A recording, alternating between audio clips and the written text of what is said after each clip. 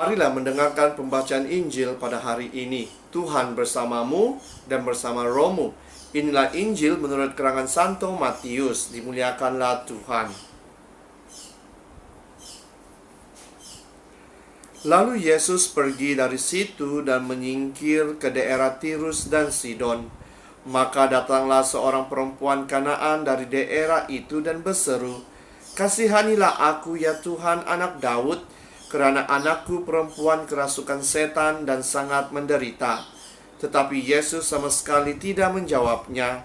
Lalu murid-muridnya datang dan meminta kepadanya, "Suruhlah ia pergi. Ia mengikuti kita dengan berteriak-teriak." Jawab Yesus, "Aku diutus hanya kepada domba-domba yang hilang dari umat Israel." Tetapi perempuan itu mendekat dan menyembah Dia sambil berkata, "Tuhan, tolonglah aku." Tetapi Yesus menjawab, "Tidak patut mengambil roti yang disediakan bagi anak-anak dan melemparkannya kepada anjing." Kata perempuan itu, "Benar Tuhan, namun anjing itu makan rema-rema yang jatuh dari meja tuannya."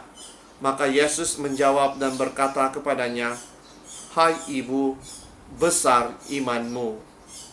Maka jadilah kepadamu seperti yang kau kehendaki."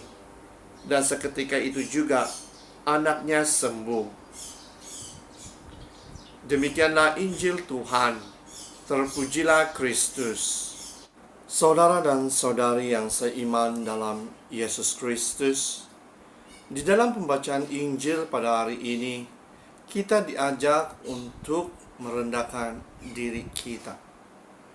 Karena saya percaya apabila kita merendahkan diri kita, apa yang sahaja yang kita minta daripada Tuhan akan termakbul.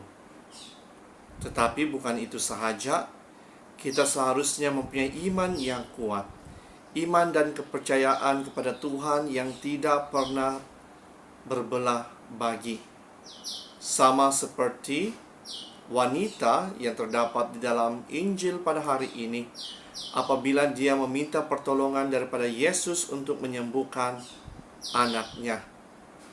Apa yang diperkatakan oleh Yesus itu tidak sama sekali menjatuhkan dia, tetapi dia mempercayai apa yang diperkatakan Yesus. Dia juga percaya bahwa Yesus dapat menyembuhkan anaknya. Jadi saudara dan saudari, bagaimana dengan kita? Sekiranya ada orang lain yang menghalang kita untuk mendekatkan diri dengan Tuhan, adakah kita pasrah dengan apa yang dilakukan oleh orang lain terhadap kita?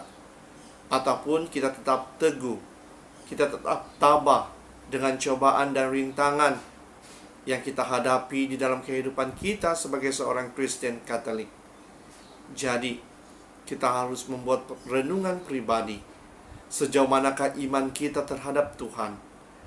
Adakah iman kita itu rapuh? Adakah iman kita itu akan jatuh sekiranya kita mempunyai cobaan yang kuat? Lebih-lebih lagi apabila kita mempercayai Yesus sebagai Sang Juru Selamat kita. Jadi saudara dan saudari, di dalam Injil pada hari ini ada beberapa perkara yang dapat kita pelajari. Yang pertama, sebagai manusia biasa kita harus mengejar ataupun fokus dengan apa yang kita inginkan di dalam kehidupan kita. Semasa kita mengejar cita-cita kita, banyak cobaan dan dugaan yang kita harungi.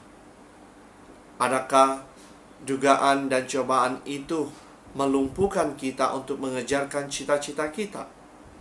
Ataupun cabaran dan dugaan itu menjadi pemangkin semangat kita untuk tidak berputus asa? Jadi saudara dan saudari, kita harus bersabar, kita harus tabah mengarungi segala cobaan dan dugaan itu. Karena saya percaya kadangkala cobaan dan dugaan itu dapat menguatkan kita untuk terus maju mengejar apa yang kita inginkan. Jadi, fokuslah dan teruslah kejar apa yang kita inginkan di dalam kehidupan kita setiap hari. Walaupun kadangkala kelemahan yang ada di dalam diri kita itu coba untuk menjatuhkan kita, tetapi tetaplah teguh di dalam iman kita dan berdoalah, karena saya percaya melalui doa kita, apa yang kita inginkan itu akan tercapai pada suatu hari nanti. Yang kedua, kadangkala kita merasakan bahwa segala cobaan dan tentangan yang ada di dalam kehidupan kita itu menjadi satu halangan bagi kita untuk mengubah kehidupan kita, untuk mengubah diri kita. Saudara dan saudari, cobalah untuk mengubah cara pemikiran kita. Anggaplah halangan itu, tentangan itu sebagai satu peluang bagi kita untuk memajukan diri kita. Anggaplah cobaan dan dugaan itu sebagai satu peluang untuk kita menunjukkan bahwa diri kita ini mampu untuk melakukan sesuatu, mampu untuk mengajar cita-cita kita. Gunakanlah segala cobaan dan kelemahan yang ada di dalam diri kita sebagai sesuatu bakar semangat kita untuk terus berusaha, untuk terus percaya bahwa kita mampu lakukan. Jangan menganggap segala cobaan dan rintangan itu sebagai penghalang bagi kita. Karena sekiranya kita menganggap ia sebagai penghalang bagi kita, kita tidak akan dapat maju di dalam kehidupan kita. Yang ketiga, kita harus tahu di dalam kehidupan kita, kita harus bekerja keras untuk mendapatkan sesuatu.